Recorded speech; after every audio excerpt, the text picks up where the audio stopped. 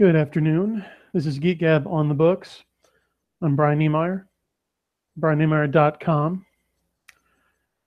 And today we are going to be talking about the Dragon Awards. Now, I'm sure most of you who are listening now have some expectation of the topic of today's discussion, but before we get into the gritty details, I think it's a good idea to discuss, for those who might just be hearing about this for the first time, just what the Dragon Awards are.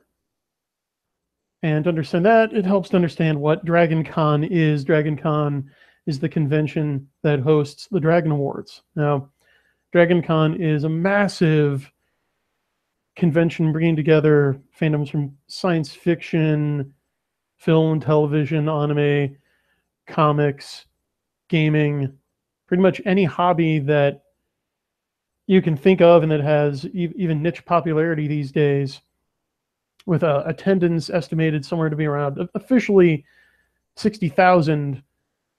But if you ask people who are in the know, that's just what they tell the fire marshal to keep from getting shut down. And some years it approaches close to 100,000.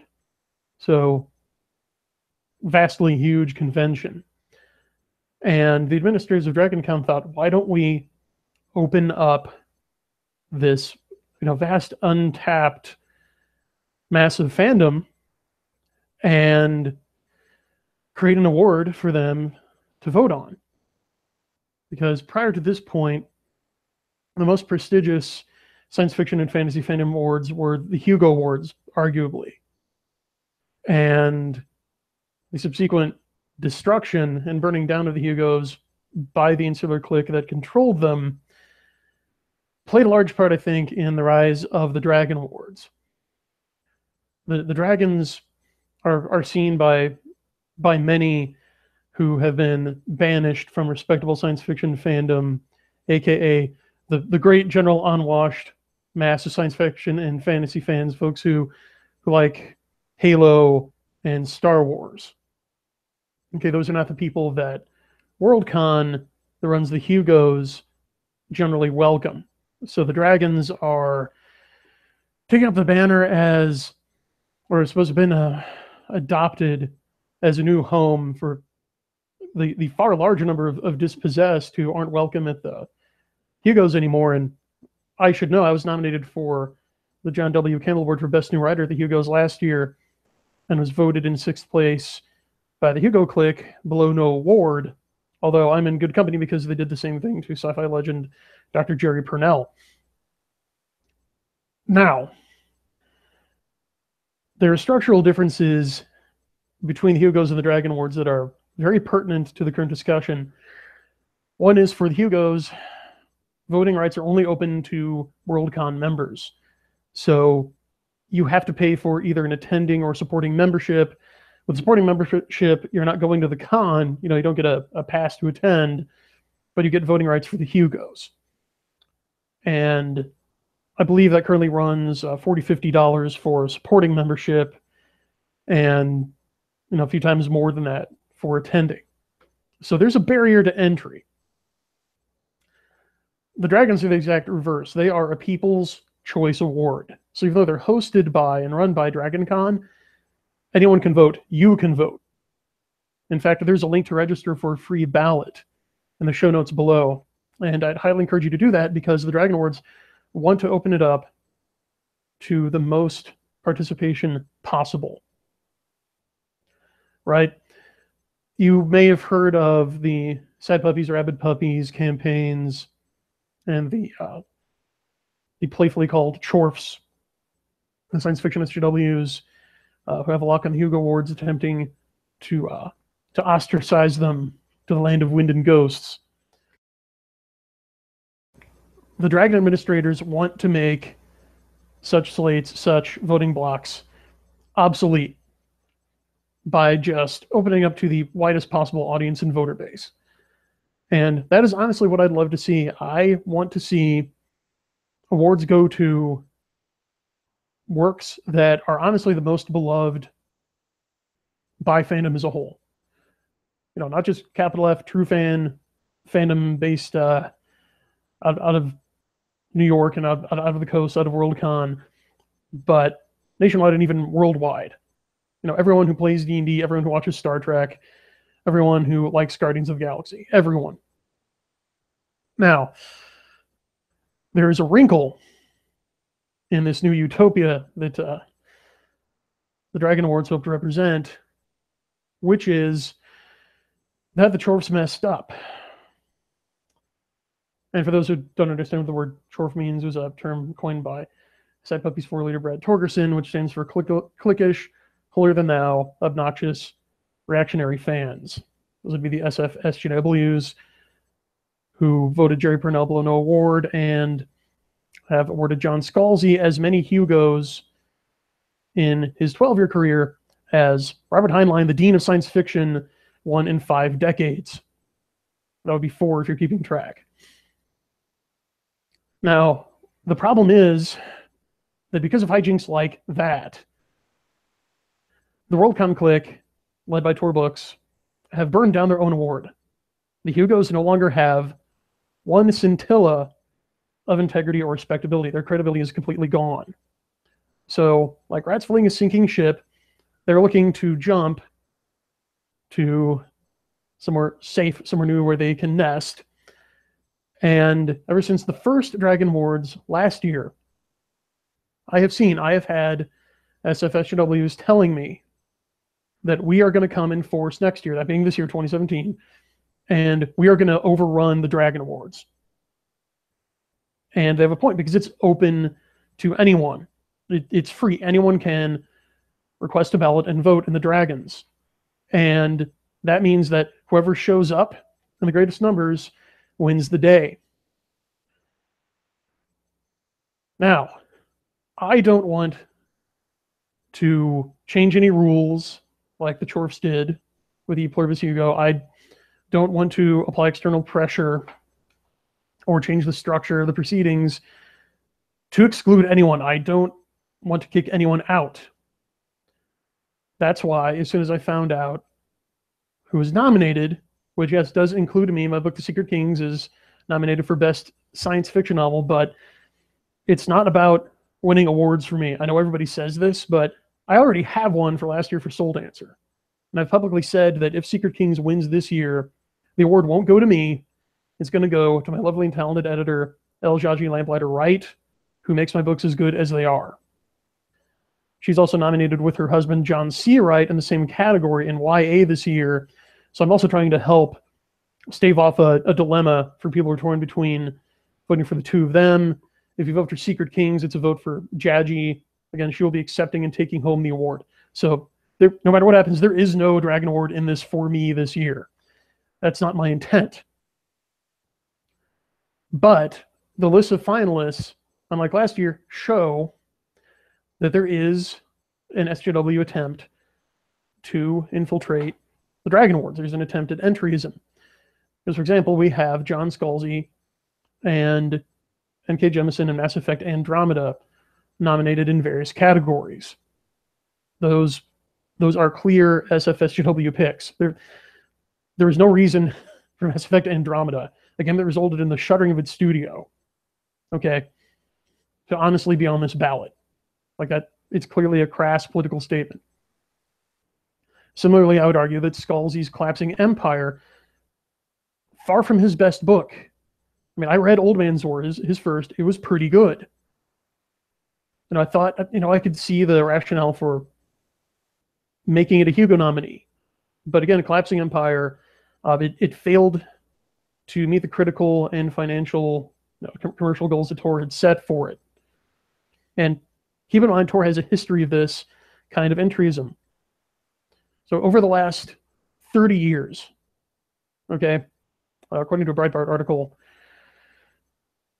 Tor Books has won 38 out of 156 Hugo nominations, okay? And that's twice as many as the next most winning publishing house. All right, and again, Scalzi, who is their golden boy, has won as many Hugos as Robert Heinlein, the Dean of Science Fiction. So they are attempting to find a new vehicle, a new marketing vehicle now that the Hugos have been dragged through the mud, now that they have dragged the Hugos through the mud, And make no mistake, this is a beachhead. This is an attempt to co-opt the Dragon Awards. Now, I don't want to be the one up here taking point, okay? But I don't really have a choice. So let me run you through the chronology. So on Thursday, August 3rd, the Dragon Award final ballot was released. The finalists were announced. Okay.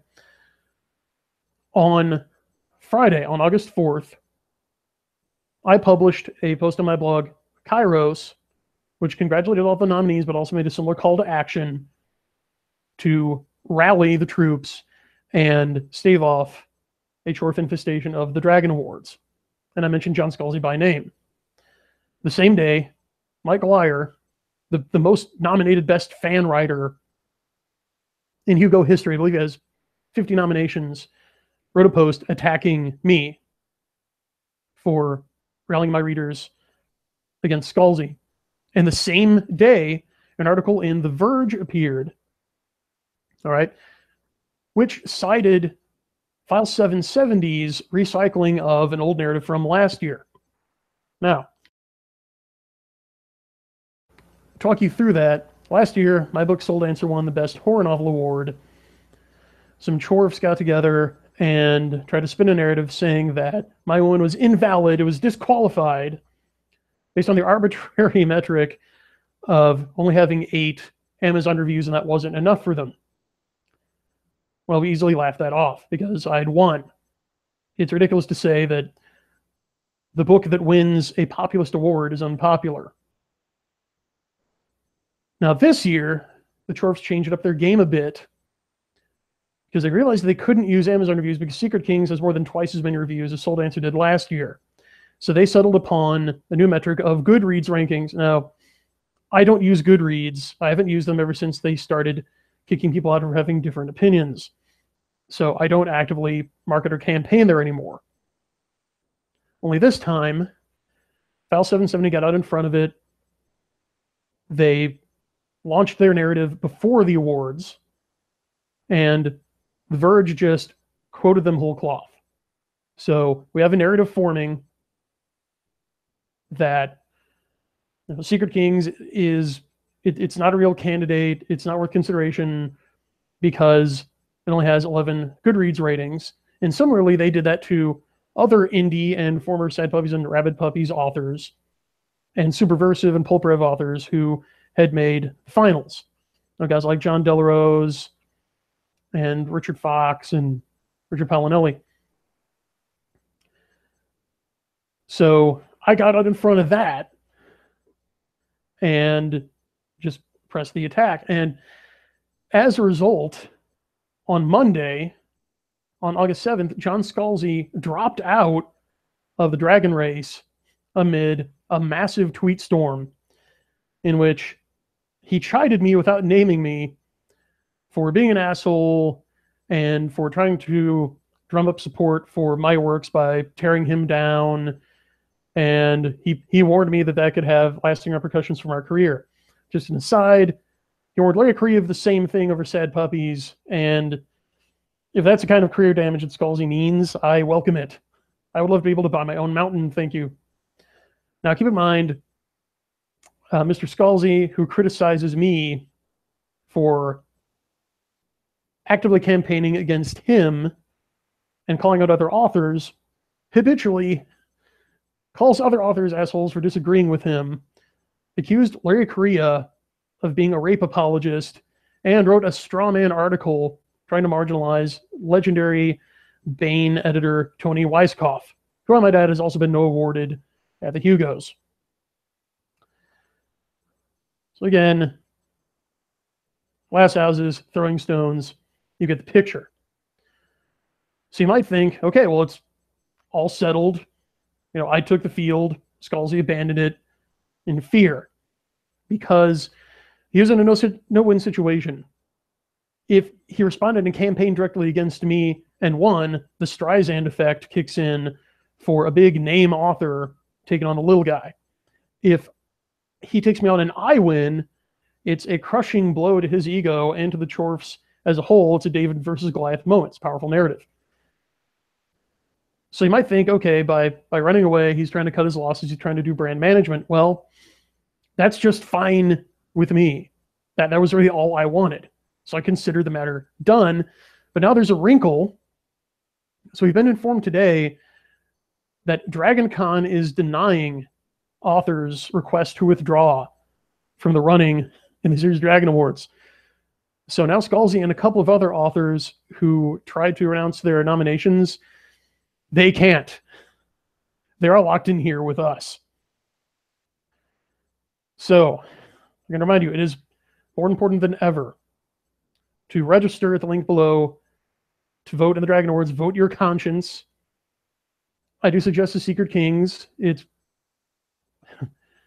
the most well-received of any of my books. I consider it my best work. It's fun. It's been described as everything that Star Wars should be doing, but isn't. It's described as taking Soul Dancer, my novel which won a dragon last year, and cranking it up to 11. So Secret King's even better than last year's Dragon Award winner, Soul Dancer. It objectively deserves to be on the ballot. And I wouldn't tell you to vote for it if I didn't think it deserved to win. So keep in mind, if Secret Kings wins, then it is a severe blow to the Chorfs. It could deter them for years, for at least another year. It's a massive morale boost to our side.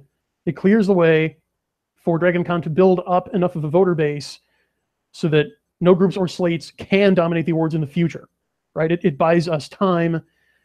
And plus, my deserving editor, El-Shaji Lamplighter Wright, gets to take home a Dragon Award. Now, so that's my pitch. I mean, again, there's no award in this for me. I'm not chasing awards. No, I'm trying to defend something I love and support, the Dragon Awards, from a crass, cynical, political attack. So get out there and vote. The field belongs to those who show up. I'm doing this for all of you guys, for all the times that the gatekeepers in science fiction said that you don't matter, that you're having wrong fun, you're wrong thinkers, your tastes are backwards and knuckle dragging and reactionary, and don't you know this is the current year? Well, yes, it is. It's the best current year and the best timeline. So get out there and win.